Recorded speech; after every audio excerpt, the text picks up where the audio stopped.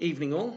Well, James Bond's been in the news this week with a casting announcement for the forthcoming Bond 25 film that a black actress will be cast in the role of 007. Now, initially people were shocked at this because they thought she was actually being cast as James Bond. She's not, she's being cast as 007. And if you've seen the Bond films, particularly the last one, Spectre, you'll know at the end of the film, Bond tenders his resignation to MI6. In fact, MI6 itself is its status is left uncertain after attempts to dismantle the organization. So in this one, it looks like MI6 is back and it's operating again. And that with Bond having tendered his resignation, they need a new 007, and it's going to be a black woman. So people asked me initially, what did I think of this? You know, am I outraged? And I read the story, and you had to read the whole story to understand the context. And that this is another character who is just who is the replacement 007 once Bond retires. Now I think narratively two things could happen with this. She's either going to be depicted as pretty competent. I mean, she has to be. She's the 00. And she'll be seen on a mission. She'll probably do well at a mission. We'll see her being quite competent, but she'll just lack that edge that Bond has, and she'll get killed. The other way they could go with it is that she's actually working for the villain. They tried this out in GoldenEye with 006 being the villain, and in Die Another Day there was an MI6 operative, not a 00, but a member of the MI6 agency who turned out to work for the villain. So they could go down that road. Either way, I think this character's going to get killed. Bond will rejoin MI6 and he will get his old 007 status back. So I'm not perturbed by this. I'm not put out by this. Do I think the series is going progressive or woke? Not on the basis of this. Looking at the Bond series, I think the Bond series itself has always been small c conservative, but it's never been reactionary. As far back as 1965 and Thunderball, we see a female 00 agent. There's the scene where all the 00s are in a meeting room and they sit in a semicircle on thrones. And if you look at that scene, the third seat from the left, the 003 spot, is occupied by a woman. So as far back as 1965, the producers envisaged a female 00 agent. Later on, 1997's The World Is Not Enough, we see three 00s in a meeting scene. One of them is 007, and there are two 00 agents. They all get handed dossiers on where to find Renard, and one of them is a woman as well. And in terms of black agents, even though the character is not a 00, during the Brosnan era, we had Charles Robinson, played by Colin Salmon, a prominent character in the series at that time, and a black MI6 operative. But I think the series has never strayed too far from its literary roots, even though it is no longer adapting the novels. And even when they did adapt the novels, they would depart to make it more cinematic and more out of this world in certain cases. But the character himself and a lot of the structure of the film series is still firmly rooted in the novels. The producers are very good at going back to the novels and finding something in there that they can adapt even into when it comes to be an original film. So I don't think there's anything to worry about here. Now, this leads me on to talk about how the Bond films are produced, because I think a lot of people who aren't really Bond fans, and I include most of the entertainment journalists of news networks in this, they kind of misunderstand how the Bond films are produced and why it is kind of small c conservative, not really on the part of the ideology of the filmmakers themselves. It's just the nature of what these films represent. This isn't well, we've seen in recent years, they've made the Doctor and Doctor Who a woman now. The Marvel Cinematic Universe is a little bit more progressive in recent films. We look at Black Panther, Captain Marvel, even some bits of Spider-Man, Homecoming. You know, it made a few nods to progressivism. And also Star Trek, the way the Star Trek franchise has gone recently. But I think there's something about Bond that keeps it a little bit apart from this. And part of it is due to the fact that Bond films are almost like a cottage industry. They are produced by Eon Productions, and that's all Eon Productions do. They only make Bond films. They don't make any other kind of films.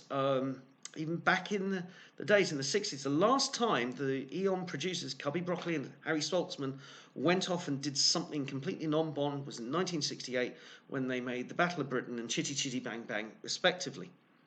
And so it's a cottage industry. The Michael G. Wilson and Barbara Broccoli only make Bond films, and they are very invested in the Bond product. And so they do get outside studio pressure, but they're allowed to run this little cottage industry pretty much the way they want it.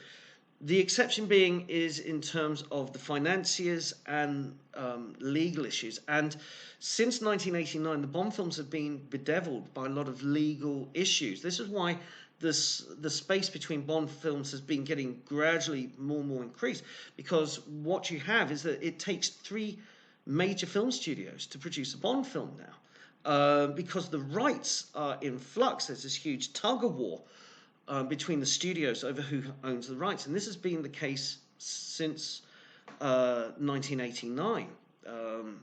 That's a whole other thing that I haven't got time to talk about today, but it does colour how the Bond films are produced. And so when you've got Doctor Who produced by the BBC, if a load of fans don't like the direction the show is going in at the moment, the show can take the hit, because the BBC is the umbrella organisation. There's a lot of merchandising, there's a lot of commercial aspects to Doctor Who, which means that even if a load of fans turn their backs on it and the ratings go down, the corporation can take a hit.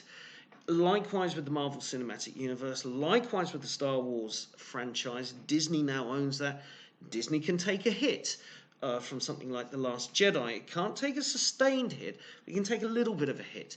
And likewise with Star Trek, there's major networks and production companies and studios there to cushion the blow, so it can take it off into a more progressive direction.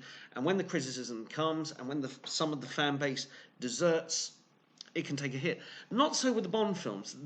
You've got these studios who jointly control some of the rights, while Eon controls the main artistic rights over Bond. And none of these entities can really take a hit. If a Bond film tanks, if half the fan base walk away from the franchise because it becomes too radical, it departs too much from the formula, the fans aren't going to have it, and the studios won't be able to take that kind of a hit. So it plays it fairly safe. Even then, there's considerable wriggle room in making a Bond film to put elements in and to stress different elements. But there's not a lot of wriggle room to radically depart from the formula. And not that the fans want the formula radically departed from. It really is the entertainment journalists and some people in the media as commentators who want it to radically depart from the format. And the other thing about Bond films is the fan base. It's the audience. Most action films and science fiction franchises and fantasy franchises generally appeal to males aged between 15 and 30, and that's the audience base that they're trying to get out primarily. A lot of young women also go and see those kind of genre films. Bond films have a wider demographic. They have that kind of youth and young adult market, but also a lot of middle-aged people and a lot of old people. And the audience demographic is kind of split 50-50 over gender. So the Bond films are their success relies on getting this very wide and varied fan base. Some of them are old enough to have followed the series since 1962, and as I said, in that scenario, you don't want to alienate a large section of the audience who like their Bond films to be a little bit more traditional. They don't want somebody coming in and shaking things up and stirring. That doesn't mean that Bond can't adapt with the times, as they did by introducing Robinson in the Brosnan era, and most notably Judi Dench as M. That was following on from real life events that MI5 at the time in the early 90s had a female boss in Stella Remington, and they decided for the Bond film to emulate what was going on in real life. So yeah, I'm not worried about this story at all.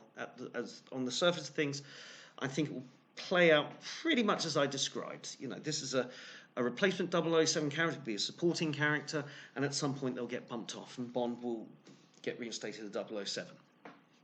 Okay, moving on. I want to stay on the subject of Bond films because I want to talk a bit about what I'm going to be doing next on my Bond analysis series, which I have on my main channel. If you've only ever seen me do piece to camera videos, do check out my main website. I have a series where I really analyze Bond films. These aren't film reviews per se, and they're not kind of background detail information sites. What I'm trying to do with this series is kind of look into what I call the meta-narrative of the series, which is looking at, I mean, it's really sort of deconstructing all the Bond films and seeing how the series, the motifs of the series tie themselves in narratively. Am I explaining this properly? I don't know.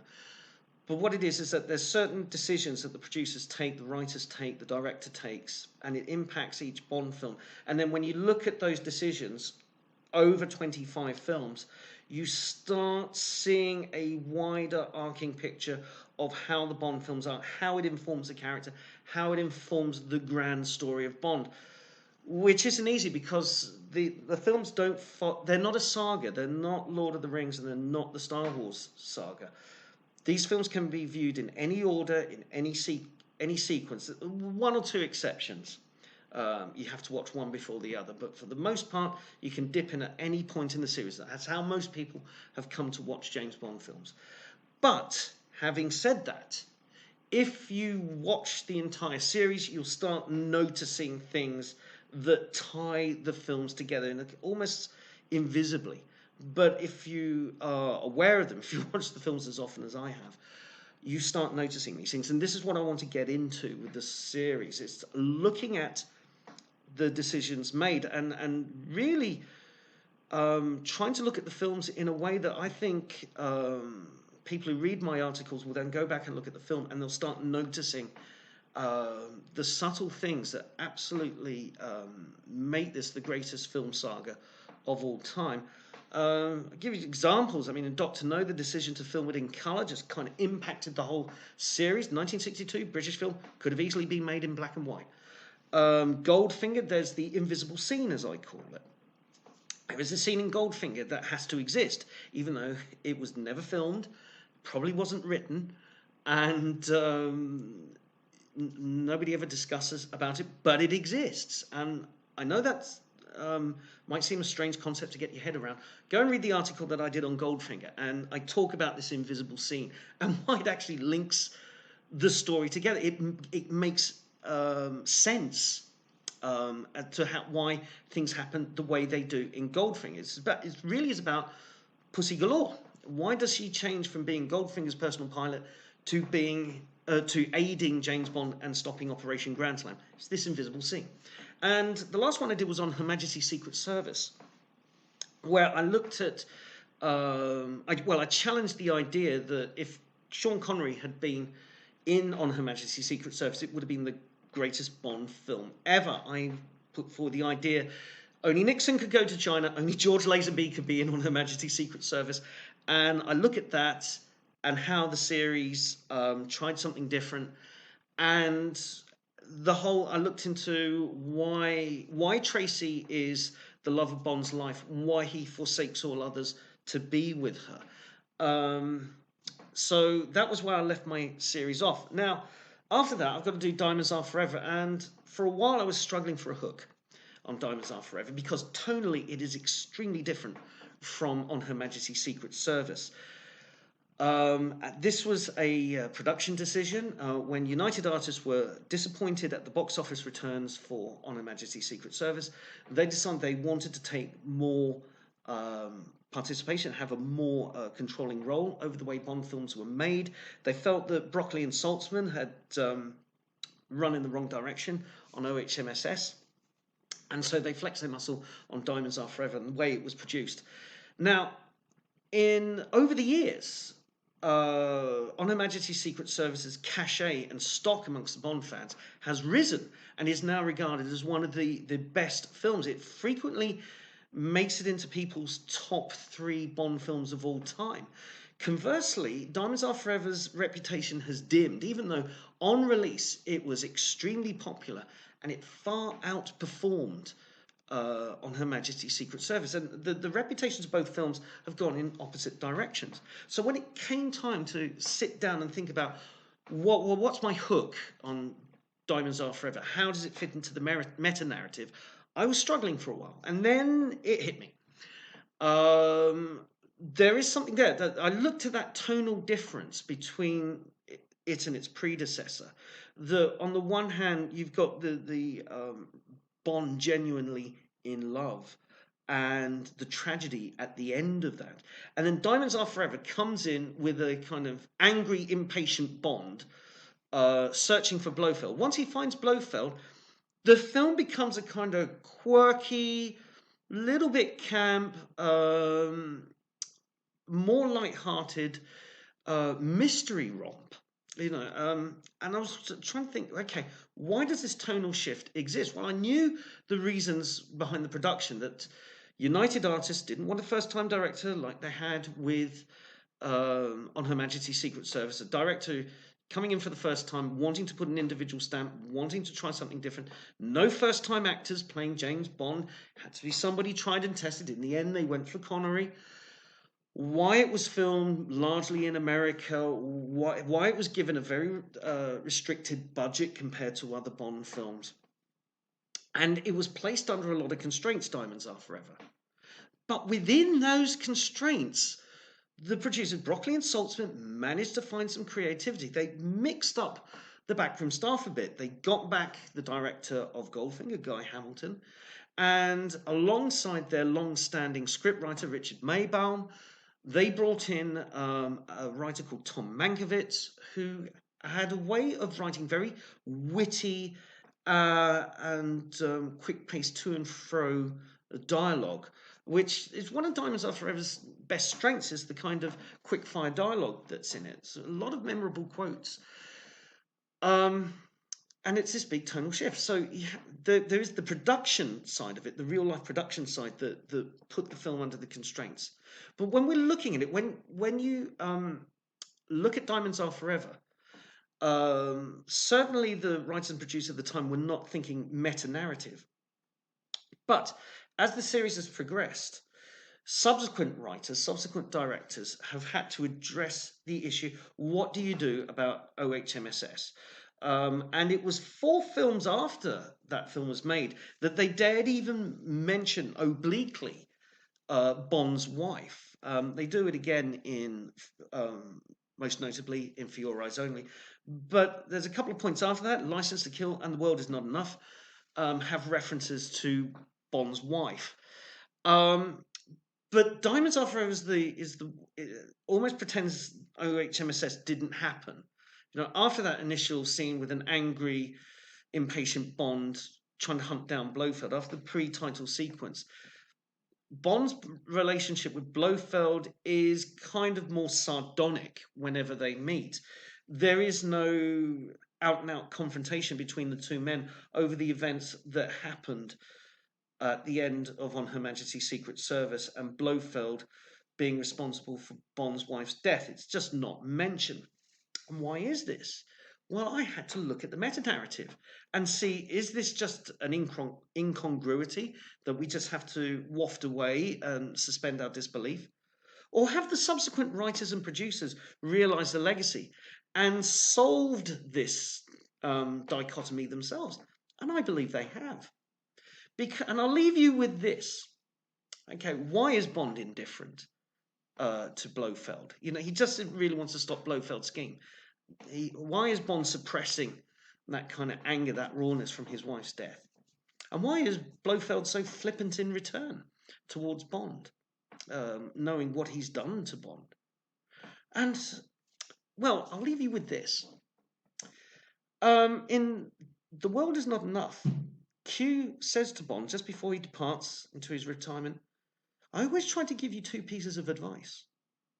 When did Q in the series ever try to give James Bond advice? Showed him how the equipment worked, told him off for being naughty and puerile at times. But when did Q actually give James Bond some advice, or attempted to give James Bond some advice? The die-hard Bond fans, I think, are already racking their brains. But it did happen. Q tried to give Bond a piece of advice. What was that advice? And when was the time in the past, in the series, when he tried to tell James that? I'll let you know when the article goes up.